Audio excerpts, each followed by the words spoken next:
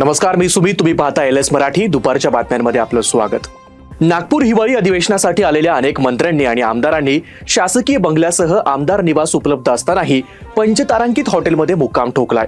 अधिवेशनासाठी सार्वजनिक बांधकाम विभागानं 100 कोटी रुपयांपेक्षा जास्त खर्च केला होता. बीडमधील आष्टी, पाटोदा, शिरूर तसंच गेवराईत भूजल पातळी 3 मीटरपेक्षा जास्त वाढली आहे.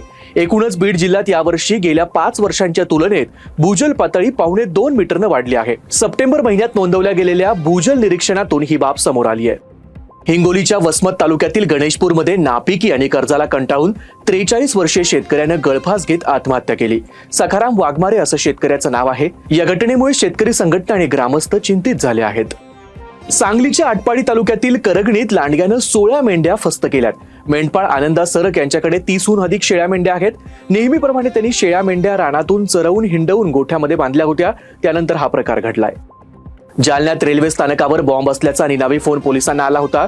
पोलिसांनी रात्री 12 ते पहाटे 3 वाजेपर्यंत प्लॅटफॉर्म, प्रतीक्षालय आणि परिसराचा कोपरा पिंजून काढला.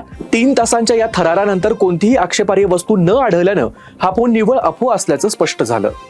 पुणे जिल्ह्यातील एका बैलगाडा स्पर्धेमध्ये चक्क बैलगाडा शर्यतीला जुंपलेले 2 चावरेकर वासरं थेट व्यासपीठावर जाऊन पोहोचलेत. यामुळे व्यासपीठावर बसलेल्या अनाउन्सर मंडळींसह पाहुणे मंडळींची चांगलीच तारांबळ उडाली.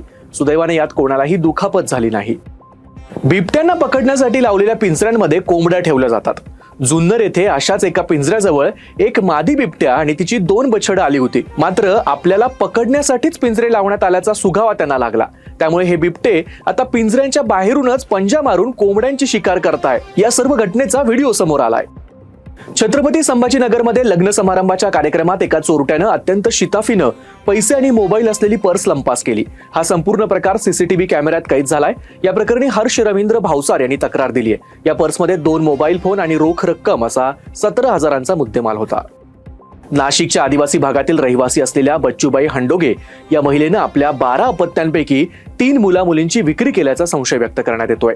आशा सेविका त्यांच्या घरी गेल्या असता आम्ही बाळाला दूध पाजू शकत नाही म्हणून त्याला दुसऱ्याला दिलं असं या आईनं सांगितलं. परिस्थिती हलाखीची असल्यानं आम्ही आमच्याच नातेवाईकांकडे मुलांना दत्तक दिल्याचा दावा या आईनं केलाय. बीडमधील मस्साजोग येथील सरपंच संतोष देशमुख यांच्या हत्या प्रकरणाला 1 वर्ष झालंय. देशमुख कुटुंब आजही न्यायासाठी धडपडतंय. संतोष देशमुख यांच्या स्मरणार्थ मस्साजोग गावात मेणबत्ती घेऊन कॅन्डल मार्च काढण्यात आला. हिंगोलीत गुटख्याची अवैध विक्री सुरू असलेल्या ठिकाणी पोलिसांनी धाड टाकली. पोलिसांनी छाप्यातून वजीर, मुसाफिर पान मसाला, रॉयल जाफरानी जर्दा असा 67,240 रुपये किमतीचा मुद्देमाल जप्त केला. पोलिसांना पाहताच आरोपी मुद्देमाल टाकून पळून गेला.